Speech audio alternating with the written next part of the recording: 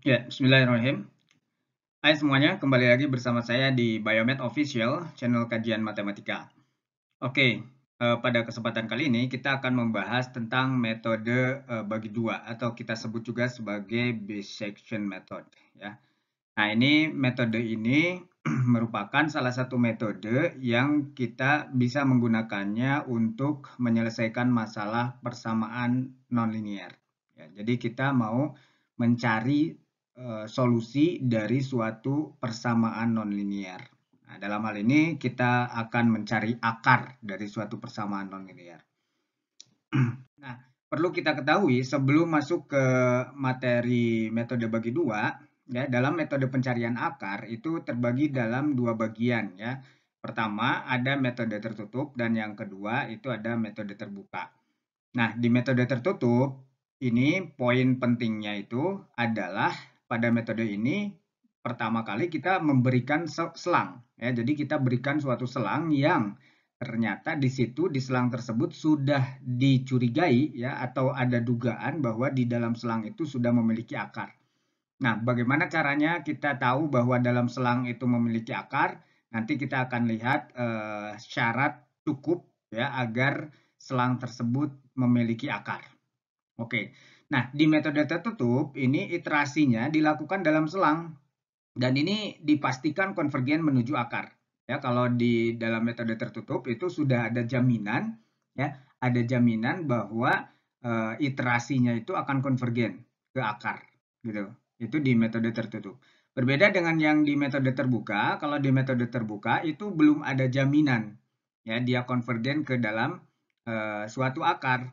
Nah, pada saat tebakan awal akar kita itu tidak baik, ya, kemudian mengalami kondisi buruk misalkan dalam komputasinya, maka itu dapat menyebabkan iterasinya divergen. Artinya divergen itu malah menjauhi akar, gitu ya. Ini malah menjauhi akar. Nah, beda dengan yang metode tertutup, kalau yang tertutup dia akan selalu konvergen menuju akar. Nah, di metode terbuka, di sini tidak diperlukan selang. Ya, jadi kita hanya memerlukan tebakan awalnya saja. Jadi tebakan awal akar yang untuk memulai iterasi pencarian akar dan itu nanti kita akan gunakan untuk iterasi berikutnya dan begitu seterusnya sehingga nanti dia konvergen ke akar. Cuman ketika tebakan awal kita itu tidak baik, ya, tebakan awal kita itu mengalami apa ya istilahnya kondisinya buruk misalkan. Nah, itu bisa menyebabkan iterasinya malah divergen atau malah menjauhi akar. Itu sekaligus merupakan suatu kelemahan dari metode terbuka. Nanti kita akan lihat di metode tertutup ada juga kelemahan-kelemahannya. Oke. Nah, kita masuk ke apa namanya metode bagi dua, ya. Nah, di metode bagi dua tadi dikatakan ini metode bagi dua ini termasuk ke dalam metode tertutup, ya. Jadi metode bagi dua ini termasuk ke dalam metode tertutup. Nah, di sini kita perlu mencari seperti halnya tadi disebutkan bahwa di metode tertutup itu kita perlu mencari interval yang di interval tersebut ada minimal ada satu akar. Nah, apa tandanya atau apa yang menjadi syarat cukup bahwa dalam suatu interval itu ada akar? Nah, syarat cukupnya itu adalah ini, bahwa fxl dikali dengan fxu, di mana xl dengan xu-nya itu adalah batas bawah dengan batas atas interval. Nah, perkaliannya itu negatif. Nah, secara grafik kita bisa melihat seperti ini, ya, di sini. Perhatikan bahwa kalau kita punya dua buah nilai, di sini ada xl dengan xu di sini. Nah, maka pada saat kita punya apa namanya di sini nilai fxl, ya, di sini titik ini nilai fxl-nya apa? Nilai fxl-nya di sini negatif, kan? Sementara bagian ini nilai fxu-nya apa? Nilai fxu-nya di sini positif. Nah, maka perkalian antara fxl dengan fxu itu dia negatif, ya, karena negatif dikali dengan positif itu hasilnya negatif. Nah, kalau kondisinya seperti ini sudah dipastikan bahwa di dalam selang tersebut atau pada interval tersebut itu memuat minimal satu akar, gitu. Jadi minimal memuat satu akar. Sehingga ada suatu teorem yang mengatakan bahwa pada suatu persamaan f ya, fungsi yang kontinu, fungsinya yang kontinu dan real di situ, maka dia akan memiliki minimal satu akar di antara interval yang dibatasi oleh XL dengan XU ya, ketika ini terjadi. Jadi ketika perkalian antara nilai fungsi yang dievaluasi di batasnya ya, itu negatif hasilnya, maka dia akan memiliki akar di dalamnya.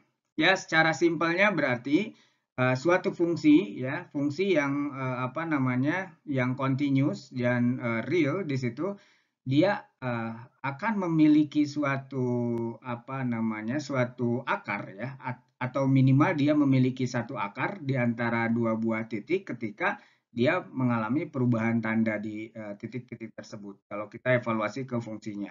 Nah, ini kan ada perubahan tanda yang di sini tandanya negatif ya untuk fxl, dan yang ini di batas xu ini tanda di fungsinya kalau kita evaluasi fungsinya itu positif, sehingga ini mengalami perubahan tanda, dan hal tersebut itu menjamin bahwa di antara interval ini ada akar. Nah, jadi ini adalah syarat cukup agar intervalnya memiliki akar. Nah, sekarang pertanyaannya, kenapa enggak yang positif? Kenapa kita enggak ambil ini tandanya yang positif? Oke, kita lihat dulu yang kemungkinan yang positif di sini. Nah, seperti ini nanti kejadiannya. Kemungkinan pertama, ya, yang positif iya, oke, ini bisa memiliki akar, ya, karena di sini ada fxl di sini, kemudian ini ada fxu, dan masing-masing di sini yang ini adalah positif. Kemudian ini juga positif, maka hasil kalinya kan ini tidak berubah tanda, dua-duanya adalah bernilai positif, sehingga hasil kalinya di sini adalah positif. Nah, di sini dipastikan ada apa? Di sini dipastikan ada akar. Ya, ada akar, di sini ada dua nih akarnya, ya, ada dua. Nah, ketika suatu fungsi ini tidak mengalami perubahan tanda seperti ini, ya, maka mungkin saja di sini kita kita ucapkan mungkin saja ada dua titik yang merupakan akar. Gitu. Jadi ini masih suatu kemungkinan. Ya, kalau yang tadi itu tunggal, ya, minimal tadi kata-katanya adalah minimal. Ya, kalau negatif berarti minimal ada satu akar. Kalau yang ini mungkin saja ada dua akar, atau secara umum kondisi ini dia memiliki akarnya atau jumlah akarnya memiliki akar jumlah akarnya genap, memiliki jumlah akar genap. Jadi kalau ini kemungkinannya ada dua, ya, kalau positif itu kemungkinannya ada dua, kemudian ada 4 dan seterusnya. Tapi mungkin juga kondisi yang positif itu dia larinya ke sini kondisinya, ya. Jadi pada saat ini fxl positif, kemudian yang ini adalah fxu ini juga positif, maka hasil kalinya apa? Hasil kali antara fxl dengan batas atasnya fxu di situ, ya, ini positif. Nah, cuman kalau kita lihat di antara xl dengan xu di sini itu tidak memiliki apa? Tidak memiliki akar. Ya. Jadi yang positif ini itu masih berpeluang, ya, masih berpeluang di interval tersebut itu tidak memiliki akar gitu. Nah, begitupun yang ini, tanda ini ya fxl-nya apa? Fxl yang di sini kan negatif gitu kan. Di bagian ini fxu-nya juga negatif gitu. Dan ini tidak mengalami perubahan tanda, dua-duanya negatif ya. Tapi kalau kita kalikan di sini hasil kalinya adalah positif ya. Tapi kalau kita lihat di antara XL dengan XU di sini tidak ada akar. Ya, tidak memiliki akar. Yang ini tidak juga memiliki akar. Itu artinya ketika fungsi fx ini tidak mengalami perubahan tanda di sini di antara dua buah titik, itu mungkin saja tidak memiliki akar di antaranya. Jadi ada peluang bahwa di antara akar yang hasil kali ini ya hasil kalinya itu positif ya, maka di situ masih ada peluang di dalamnya atau di dalam selangnya tidak memiliki akar. Gitu. Berbeda dengan yang tadi ya, yang negatif. Kalau yang negatif itu selalu ada akar, minimal satu akar. Gitu. Bahkan kalau kita kita lihat kondisi yang lain di bentuk yang negatif seperti ini misalkan ya, ini FXL positif FXL-nya, kemudian yang ini FXU-nya negatif ya, FXU-nya negatif, maka hasil kali antara FXL dengan FXU di sini apa? Ini adalah negatif, ya kan? Nah, ini negatif dan akarnya ada berapa? Akarnya di sini ada di antara XL dengan XU itu ada 1, 2, kemudian ada 3 ya. Nah, berarti kalau kita simpulkan dari kondisi-kondisi yang tadi, kalau perkaliannya itu negatif seperti ini ya, maka ini memiliki minimal tadi ya, minimal yang gambar pertama minimal memiliki satu akar atau jumlah akarnya ganjil. Jumlah akar ganjil. Nah, kalau yang positif itu jumlah akarnya genap atau tidak memiliki akar sama sekali di interval tersebut.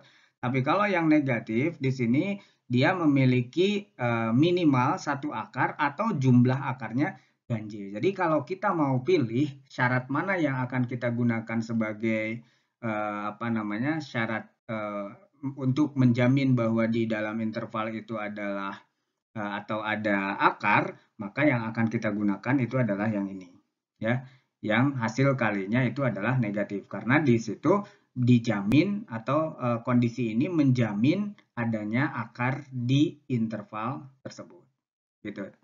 Oke, sekarang kita akan masuk ke algoritma daripada metode bagi duanya atau bisection metodenya. Algoritmanya seperti ini. Yang pertama itu step pertama adalah apa? Kita memilih XL dengan XU atau batas bawah dengan batas atasnya sedemikian sehingga di dalamnya itu di dalam interval ini itu dia memuat satu akar atau memuat minimal satu akar gitu. Apa yang menjadi kondisi bahwa dia memuat minimal satu akar? Yang tadi itu bahwa FXL dikali dengan FXU itu harus negatif. Dengan kata lain bahwa si fungsinya itu dia berubah tanda di antara XL dengan XU di sini.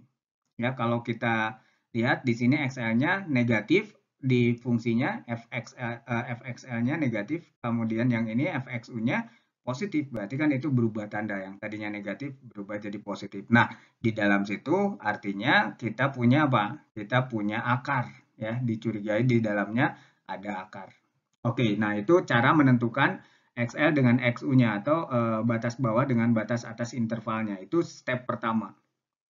Nah, langkah kedua, di langkah kedua ini setelah kita menemukan setelah kita menemukan suatu interval ya yang di dalam interval itu memuat suatu akar ya, maka kita sekarang langkah berikutnya adalah mengestimasi akar ya, XM di sini ya, XM.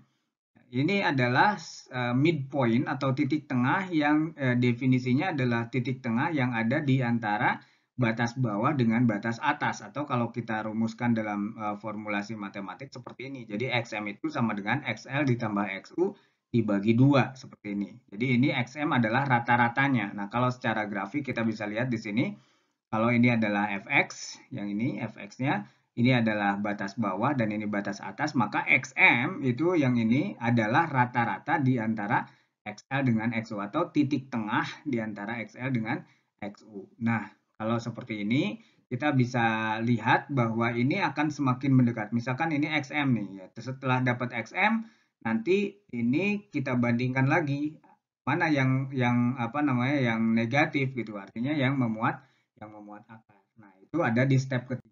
Nah, step ketiga sekarang periksa ya, setelah kamu dapatkan XM atau nilai aproksimasi akar ya, kita periksa ulang ya, kita periksa ulang di sini FXL dengan FXM-nya apakah dia negatif. Nah, kalau ini negatif itu artinya si akar itu ada di interval XL dengan XM. Ya, artinya ada di antara XL dengan XM, sehingga kita akan geser XU-nya. Ya, XU-nya kita geser ke XM, ke posisi XM kita geser. Nah, kalau misalkan ini tidak terpenuhi, misalkan yang terpenuhi adalah ini, ya ternyata hasil kalinya itu malah positif gitu. Setelah kita hitung XM, kemudian kita kalikan, oh ternyata hasilnya positif. Nah, kalau seperti ini positif, itu artinya akar tidak ada di dalam interval XL dengan XM, melainkan akar itu ada di antara XM dengan XU. Sehingga yang kita akan geser itu adalah XL. XL itu kita geser posisinya ke XM. Sementara XU biarkan aja. XU-nya sama dengan yang awal. Nah, gimana kalau hasil kalinya itu sama dengan 0? Ya, kalau hasil kalinya 0, ya berarti ini XM sudah menjadi akar. Ya, XM itu adalah akar kalau ini terjadi sama dengan 0. Nah, ini juga bisa ditoleransi misalkan kurang dari suatu bilangan yang hampir dekat ke 0 misalkan. Seperti itu ya. Itu agar tidak terlalu strict juga. Yang ini adalah stopping kriteria berarti ya. Ini kalau sudah tercapai kondisi yang ketiga ini, maka algoritma udah selesai. Algoritma itu berhenti jadinya. Oke, nah itu adalah tahapan yang ketiga ya, tahapan yang ketiga. Kemudian berikutnya tahapan yang keempat. Nah, setelah kita memeriksa, maka kita cek kembali ya untuk estimasi akar yang baru. Jadi ini XL dengan XU-nya, XL dengan XU yang baru yang telah digeser ke posisinya menjadi XM gitu ya berarti. Nah, si XM ini nanti akan dievaluasi sama dengan XL ditambah XU dibagi 2. Dari situ baru kita hitung lagi apa? Kita hitung di sini adalah aproksimasi errornya, error relatif aproksimasi dari sini. Artinya ini kita normalisasi terhadap nilai aproksimasi di sini. Nilai aproksimasinya menjadi bilangan yang menormalisasi error di situ ya. Nah, maka disebut sebagai error aproksimasi relatif. Nah, kalau dibuat dalam persen ya tinggal dikali 100. Kalau tidak dibuat dalam persen ya ini kali 100-nya tinggal dihilangkan saja. Ya. Jadi ini aproksimasi akar yang baru dikurangi aproksimasi akar yang lama ya. Kemudian dibagi dengan aproksimasi akar yang baru. Gitu. Nah, setelah kita dapatkan nilai error, ya, setelah kita dapatkan nilai errornya, maka kita bandingkan dengan error toleransi. Nah, ini adalah stopping kriteria yang kedua. Ketika ini error aproksimasi ini lebih besar daripada error toleransi, ya, kalau iya, maka kembali lagi ke step yang kedua. Artinya kita harus menghitung ulang XM, ya, atau akar aproksimasinya, sehingga nanti ada pergeseran antara batas bawah dengan batas atas yang baru. Jadinya nanti dapat yang baru, hitung lagi aproksimasinya. Nah, kalau ternyata ini tidak lebih besar daripada error toleransi, ini error aproksimasinya tidak lebih besar dari error toleransi, artinya ini kurang dari epsilon error toleransi atau sama dengan error toleransinya. Maka kalau 0 berarti itu kita berhenti, algoritmanya berhenti. Jadi ini adalah merupakan kondisi untuk stopping kriteria yang kedua ya dari yang tadi itu. Yang pertama kalau akarnya udah dekat ke 0, kalau akarnya udah hampir ketemu atau bahkan mungkin ketemu sama dengan 0 ya. Nah, itu juga berhenti di situ. Walaupun errornya ini belum terpenuhi gitu. Nah, oke. Nah, kalau kita tulis dalam bentuk algoritma, ini yang ditulis oleh di buku Rinaldi Munir di situ. Kalau ini menggunakan batas atas dengan batas bawahnya itu adalah AB, kemudian midpoint-nya atau titik poinnya C digunakannya. Ya, ini notasinya C. Jadi yang ini C-nya adalah titik tengah, jadi A plus B dibagi 2. Ya, ini pengecekannya kurang dari, maka ada pergeseran. Kemudian yang ini ada juga pergeseran. Nah, di sini diceritakan bahwa errornya ini adalah bukan error relatif ya. Kalau yang ini adalah error atau lebar daripada selangnya kalau yang ini. Ya, ini digunakan lebar selang. Ya, secara logika juga betul kita kalau misalkan kita punya akar ya, ada misalkan di sini ada akar di sini. Kemudian panjang selangnya itu udah hampir kecil ya, dengan epsilonnya ini toleransinya, ya, itu bisa diubah-ubah. Nah, ini kalau misalkan udah kecil itu artinya udah dekat sekali dengan akar, memang betul. Nah, cuman kalau kita mau membandingkan bagus mana antara metode satu dengan metode yang lain, ini kondisi yang seperti ini tidak bisa digunakan ya, karena seperti halnya di materi sebelumnya tentang error ya, antara error pensil dengan error kawat. Kalau di pensil error pensil itu 1 cm daripada error pensil ini 1 cm dari 10 cm. Kemudian kalau dikawat sama-sama 1 cm, tapi ini dari 100 cm. Nah, kita kalau menggunakan definisi error seperti ini, kita tidak bisa mengatakan mana yang lebih besar errornya. Karena kalau kita ukur misalkan ini adalah 9 cm, yang ini kita ukur adalah 99 cm dengan errornya berarti 1 cm di sini. Ya, error 1 cm, ini kita tidak bisa mengatakan error di pensil lebih besar daripada error di kawat gitu kan. Makanya untuk untuk mengetahui mana yang lebih besar ya kita normalisasi dengan nilai aslinya. Berarti yang ini di pensil error aproksimasinya adalah 1/10, artinya ini adalah 0,1 ya. Kemudian error di kawat, ini di kawat itu 1/100. Nah, baru ini bisa dibandingkan, ini 0,01. Nah, jadi ini ternyata yang ini lebih besar errornya dibandingkan dengan yang ini. Begitu. Jadi error yang terbesar yang ini dibandingkan ini. Nah, kalau mau membandingkan, berarti error yang seperti ini itu belum cukup ya. Jadi untuk membandingkan kita bisa menormalkan, gitu. Bisa menormalkan dengan nilai aproksimasinya karena nilai akar sejatinya mungkin saja tidak diketahui. Nah, di sini menggunakan Menggunakan dua buah kondisi ya. Kondisi pertama yang ini, kondisi keduanya yang ini. Yang tadi itu di materinya adalah FC dikali dengan FL gitu.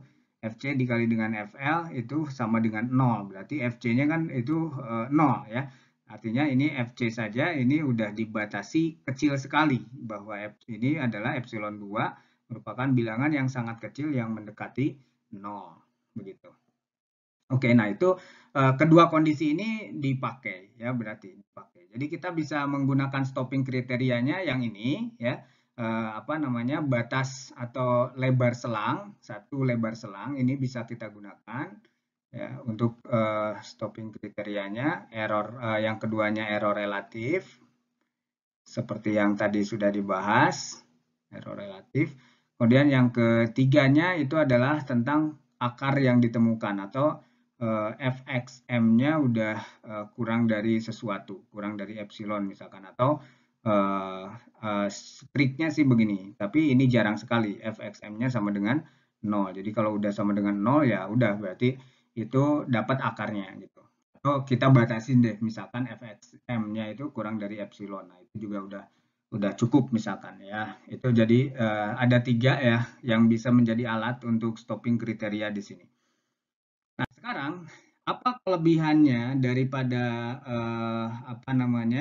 metode bagi dua ya? Kelebihan dari metode bagi dua, karena metode bagi dua itu termasuk ke dalam metode tertutup, maka metode bagi dua itu dia akan selalu konvergen gitu.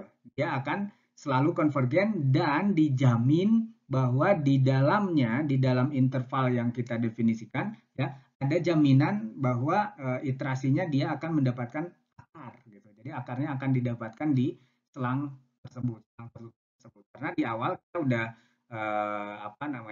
kita udah melihat atau menduga bahwa di dalam akar di dalam selang tersebut dia terdapat akar ya, dari syarat cukup tadi ya, bahwa hasil kalinya di batas itu negatif atau fungsinya mengalami perubahan tanda di batas.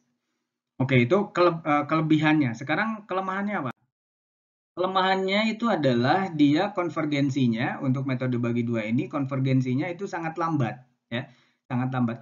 Apalagi kalau misalkan initial conditionnya atau batas yang kita buat itu dekat sekali dengan akar, atau misalkan salah satunya aja, salah satu daripada batas interval tersebut itu sangat dekat dengan akar, maka itu yang terjadi konvergensinya akan semakin lambat, gitu, akan semakin lambat.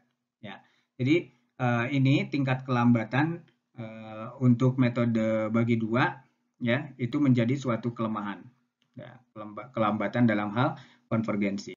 Nah, kemudian kelemahan berikutnya, metode bagi dua itu tidak bisa menyelesaikan masalah yang seperti ini. Ini adalah masalah akar kembar, ya.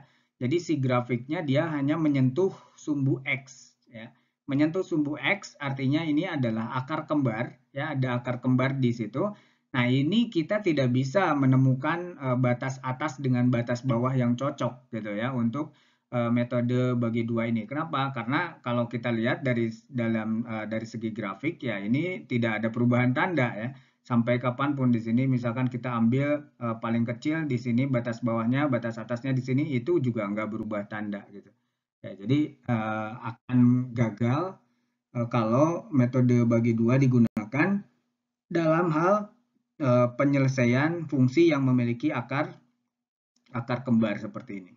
Yang kedua, yang berikutnya, ini kelemahan berikutnya itu adalah si metode bagi dua itu dia akan terjebak, ya, dia akan terjebak dalam suatu kondisi di mana tidak ada akar di dalamnya justru. Nah, ini disebut sebagai titik singular atau akar semu. Nah, seperti ini.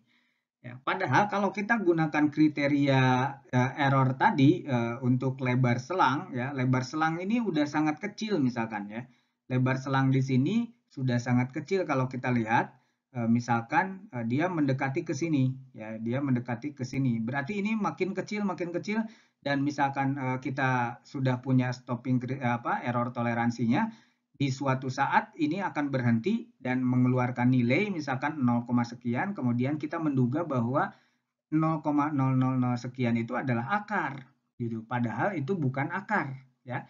Itu bukan akar karena tidak ada akar di situ. Nah, itu juga akan terjebak seperti itu. Kadang-kadang di metode bagi dua, ya, akan terjebak dengan kondisi titik singular, akan terjebak di titik singular yang yang dikiranya itu adalah akar, itu akar semu. Nah, lalu bagaimana cara kita mengetahui kalau itu bukan akar atau bahkan itu adalah akar? Ya, kita tinggal periksa aja di batas, ya, selisih antara fxu, ya, dengan fxl, gitu kan?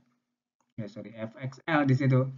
Nah, kalau ini konvergen ke 0, artinya mengecil, ini kalau ini konvergen ke 0, gitu, maka itu yang kita temukan itu adalah akar, ya. Karena di sini kalau seperti ini kondisinya yang ada di sini itu divergen, malah fxu-nya dikurangi dengan fxl-nya, ini justru malah menjauhi 0, gitu. Perhatikan kalau kita ambil di sini xl, misalkan xl-nya ini kan sangat negatif, berarti bilangan yang sangat negatif, kemudian dikurangi dengan bilangan yang besar positif, berarti ini yang positif dikurangi dengan sesuatu yang bilangan yang negatif, berarti ini akan semakin besar, gitu. Jadi selisihnya ini akan semakin membesar, ya, makanya disebut sebagai yang divergen, kondisinya divergen. Nah, kalau ini divergen maka tapi udah berhenti misalkan iterasinya, maka kita bisa kenali bahwa oh, ini bukan akar, ya, ini bukan akar, melainkan di dalamnya itu adalah apa? Akar semu atau kita sebut sebagai titik singular, gitu. Nah, itu adalah kelemahan dari metode bagi dua, ya. Dan itu sekaligus ini adalah akhir dari materi untuk metode bagi dua, ya. Nanti di video berikutnya kita akan coba membuatkan program dalam MATLAB untuk metode bagi dua ini. Oke, terima kasih dan sampai ketemu di video berikutnya.